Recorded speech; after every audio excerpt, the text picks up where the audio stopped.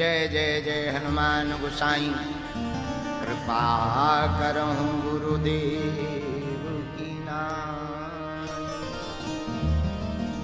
मंगल मूर्ति मारुति नंदन सकल अमंगल मूल। अच्छा, आदमी का मूल स्वभाव जाता नहीं है। हम कितनी भी दुर्गा जी की कथा सुना लें पर हनुमान जी आ ही जाते हैं। हाँ, बहुत हम कंट्रोल भी करते हैं कि तुम्हें नहीं आना है 9 दिन, आप वहीं मंदिर में रहो, हम तब तक देवी जी से मुलाकात कर लें, माता रानी से। लेकिन वो आ ही जाते हैं, ना चाहते हुए भी आ ही जाते हैं। मूली के पराठे खाओ तो डकार मूली की आती है। हाँ, हाँ, जो खाओगे वही उगलोगे। एक आदमी, अच्छा ये अंदर का स्वभाव बड़ा विचित्र होता है। एक आदमी के घर पे एक रिश्तेदार आए। अच्छा, वो रिश्तेदार जिनके घर आने थे उनको बड़ा काम था उन रिश्तेदार से, लेकिन उन रिश्तेदार की एक ही दिक्कत थी, उनकी नाक बड़ी थी। नाक, और पूरे चेहरा में केवल नाक ही नाक थी और तो कुछ दिखता ही नहीं था, नाक ही दिखती। तो घर वाले बड़े परेशान। तो किसी ने कहा परेशान क्यों है? बोले और तो सब ठीक है, जो रिश्तेदार आ रहे हैं उनसे हमें उधार रुपया लेना है, लेकिन उनकी नाक बड़ी।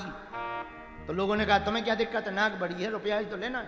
अरे बोले हमें दिक्कत नहीं है, हमारा लड़का खतरनाक है, वो आएंगे रुकेंगे, वो तुरंत कहेगा आपकी नाक, और वो रिश्तेदार नाक की बात से नाराज हो जाते। बड़ी हैरानी। तो उन्होंने क्या किया, माता पिता ने बच्चे को रोज समझाया, सुन बेटा 4 दिन बाद रिश्तेदार आएंगे और तू सब कुछ देखना पर उनकी नाक तरफ ना देखना। सुबह भी समझाया, शाम को भी समझाया। अब बेटा बड़ा हैरान कि रिश्तेदार आए नहीं हो, नाक की तरफ क्यों नहीं देखना। अब लेकिन माता पिता तो माता पिता, माता जी और खतरनाक, नाम मुन्नी बाई। सुन बेटा सब देखना, नाक मत देखना वरना पैर तोड़ देंगे। जैसे ही रिश्तेदार आए उनकी ये बड़ी नाक, तो घर वालों की नजर रिश्तेदार पे कम, लड़का पे ज्यादा, क्योंकि वो भयंकर चंचल था। उसकी क्रियाकलाप देख रहे थे कि क्या कर रहा है। तो लड़का देखे तो ना, पर टेढ़ी निगाह से देख भी रहा। एकदम पूरे शरीर में उसकी कहीं नजर नहीं टिकी, ना कहीं पे टिकी।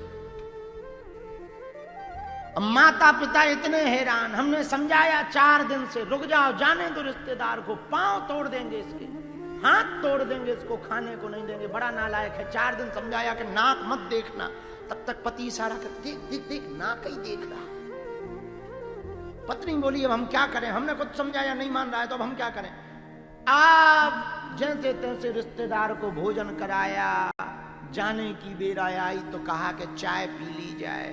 और चाय लेकर के जैसे ही घरवाली मुन्नी बाई उस दंपति की आई, लड़का बगल में बैठा, टेढ़ी निगाह से नाक ही देखे। अब इतनी गुस्सा मां को आई, इतनी गुस्सा आई कि जाने दो, 5 मिनट की तो बात है। अब वो रिश्तेदार भी देखे कि लड़का देख भी रहा पर टेढ़ी निगाह से। लड़का मनी मन बोले सीधी देख भी नहीं सकते, रोक रखा है, वरना हम तो पूछ ही लेते कहे ये इतनी क्यों। अब माता पिता बड़े हैरान। तो माता जी की, अच्छा दिन न रात वही दिमाग में था माता जी के, नाक नाक नाक नाक नाक नाक नाक नाक। जैसे ही चाय रखी और शक्कर ली, तुरंत बोली भाई साहब भोजन तो अच्छा था। हाँ हाँ बहन जी बहुत अच्छा था, लो चाय पी लो। अब आप बताओ हम आपकी नाक में कितनी शक्कर डाल दें। तो लड़का से तो नहीं गड़बड़ानी, माता जी से गड़बड़ानी। आप जब उन्हें ध्यान आया, अरे राम राम राम, रिश्तेदार का मुंह टेढ़ा हो गया, तो पति ने एक जोरदार चाटा मारा। बोले लड़का से ज्यादा खतरनाक तो तुम हो। तब पता लगा कि ये पूरा का पूरा खेल लड़का का बिगाड़ा नहीं है, इनका खुद का बिगाड़ा है। ये 4 दिन से नाक ही नाक रट रही। ऐसा कई बार होता है, जो बात तुम छिपाना चाहो पता लगे वो पता चल जाए। हाँ, क्योंकि उसका चिंतन करते हैं कि ये नहीं बताना है, बाकी सब बताना है, ये नहीं बताना है, बाकी सब बताना है, वो निकल ही जाती है। इसलिए जो अंदर होगा वही तो बाहर निकलेगा। तो अंदर यदि भगवान की भक्ति होगी, भगवान की चर्चा होगी, तो स्वाभाविक रूप से बाहर भी भगवान की ही चर्चा निकलेगी।